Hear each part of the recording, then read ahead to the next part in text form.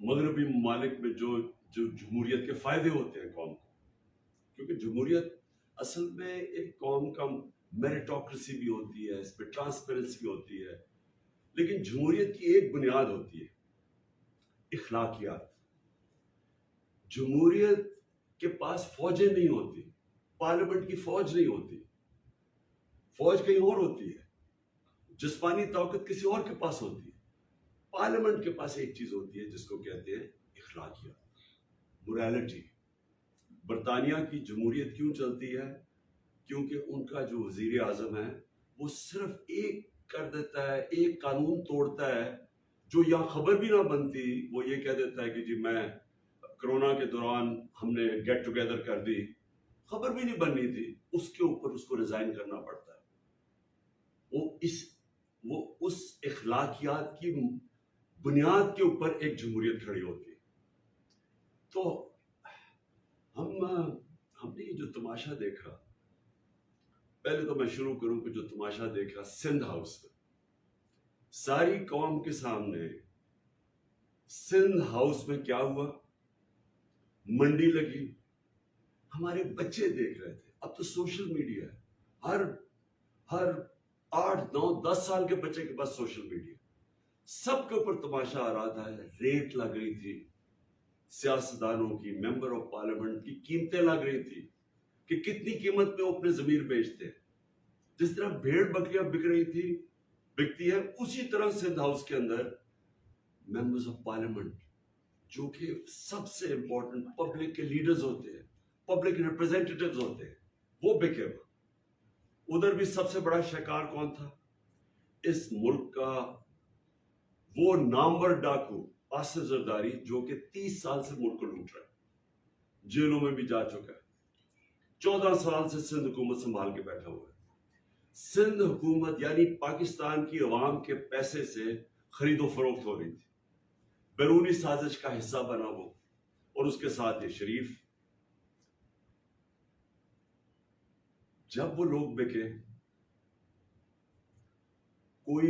ہم ساری اگر کسی بھی مہذب معاشرہ ہوتا اور اس طرح اوپنلی بند کر کے لوگوں کو خرید و فروخت ہوتی تو کوئی ایکشن لیا جاتا. اس سے پہلے بھی سینٹ کے ٹکٹ کے اوپر، جب سینٹ کے اوپر ایم پیز کو خریدا گیا، کروڑوں روپیہ چلا اور پکڑا گیا. یوسف رضا گیلانی کا بیٹا پکڑا گیا رشوت دیتے ہوئے، کچھ نہیں ہوا. بڑی دیر لگی، یعنی اتنی بڑی گورنمنٹ گر گئی. ایک راہل گاندھی کی سٹیٹمنٹ آئی، اس نے کہا ہندوستان کو، وہ کہتا کہ آپ کو فوج کی ضرورت نہیں ہے پاکستان کے خلاف، بس تھوڑے ارب روپے جمع کرو، آپ حکومت گرا سکتے. شرمندگی ہم سب کے لیے کہ ہماری یہ قیمت رہ گئی. جس طرح کبھی کسی نے کہا تھا، ایمل کانسی کے وکیل نے، کہ پاکستانی ڈالرز کے پیچھے کچھ بھی کر سکتے ہیں. تو پھر کیا ہوا؟ میں پبلک پہ نکلا، آپ سب کے سامنے پبلک میں گیا، پبلک کو اٹھایا کہ ظلم ہے، پرامن احتجاج کیے، پرامن جلسے کیے. ایک پرامن احتجاج جو ہمارا تھا 25 مئی کو، اس کے اوپر ظلم کیا گیا، عورتیں بچوں کے اوپر شیلنگ کی گئی، وہ رات کے گھروں میں گھس گھس کے جو پولیس نے کیا. اس کے بعد بھی ہم پرامن رہے، جلسے کیے. عدالت نے فیصلہ کیا کہ 20 حلقوں کے اوپر پنجاب میں بائی الیکشن ہوں گے. بائی الیکشن میں پوری کیمپین کی، اور پاکستان کی تاریخ میں کبھی اس طرح پبلک نہیں نکلی. میں 26 سال سے پالیٹکس میں ہوں، لیکن میں 70 سال کا ہوں اور میں پاکستان کے ساتھ بڑا ہوں. میں نے کبھی پاکستان میں سے پبلک نہیں نکلتے. پبلک کیوں نکلی؟ نمبر 1، بیرونی سازش. پبلک کو غصہ تھا کہ کس کی کیا جرت ہے کہ باہر سے حکم دے کے اور ہمارے وزیر اعظم کو ہٹا کے، اور کیونکہ وہ ایک آزاد فورن پالیسی بناتا تھا کہ غلاموں کو اوپر بٹھا دیا. اور پھر دوسرا غصہ کہ سب سے کرپٹ ترین لوگوں کو ملک کے اوپر مسلط کر دیا. یہ دوسرا غصہ تھا. تیسری چیز کیا ہوئی کہ انہوں نے آ کے ملک کا جی مہنگائی ہے، ملک نہیں ٹھیک کیا. ملک کی بدترین، یعنی پاکستان کی تاریخ میں کبھی ایسی معیشت کی تباہی نہیں ہوئی جو اب ہے. روپیہ تقریباً 200 پتہ نہیں 30 روپے پہ ڈالر پہنچ گئے. سٹاک مارکیٹ گر گئی، انڈسٹری کا برا حال، کسان علیحدہ رو رہا ہے، مہنگائی آسمانوں پہ پہنچ گئی. ان کو کوئی اس کی فکر نہیں تھی. انہوں نے آتے ساتھ ہی صرف اپنی چوری